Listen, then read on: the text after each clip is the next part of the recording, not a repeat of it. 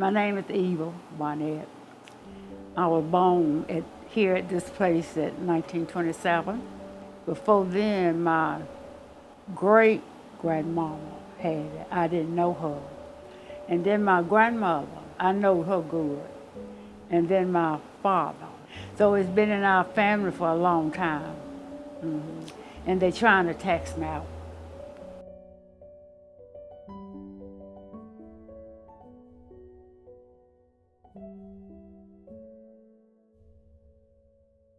As the price of houses have gone up, the tax base has gone up. So it's hard for people on fixed incomes in particular to be able to afford taxes.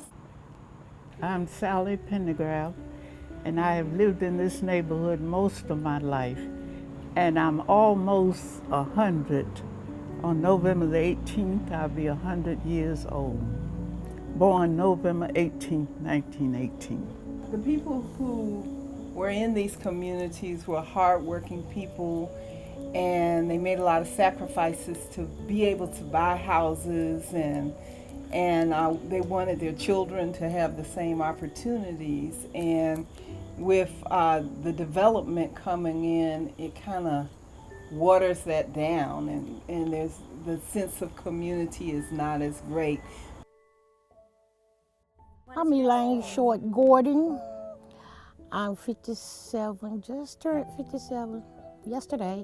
No, the day before yesterday. It was on the 14th.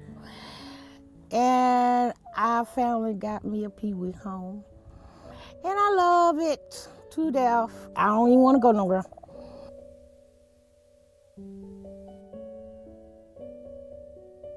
I was diagnosed with cancer. And I'm a diabetic. And I got COPD.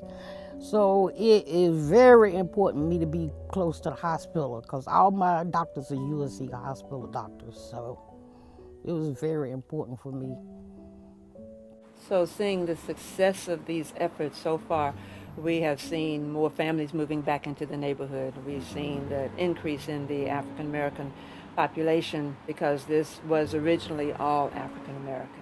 So seeing that come back, seeing more children coming back into the neighborhood, being able to attend Northside Elementary School, which was the school that the majority of residents went to, and just seeing the atmosphere change to being more family-oriented neighborhood.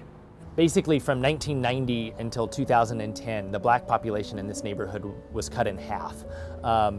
During that same period of time, property tax bills rose by over 500%, and the number of student residents in the neighborhood grew by over 200%.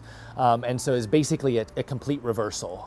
Student houses, which were built by and mostly out-of-town investors who were buying land cheap and then adding 4, 5, 6, in some cases 8 bedrooms to the back of houses, and then basically renting them for $3,000 and $4,000 like a beach rental.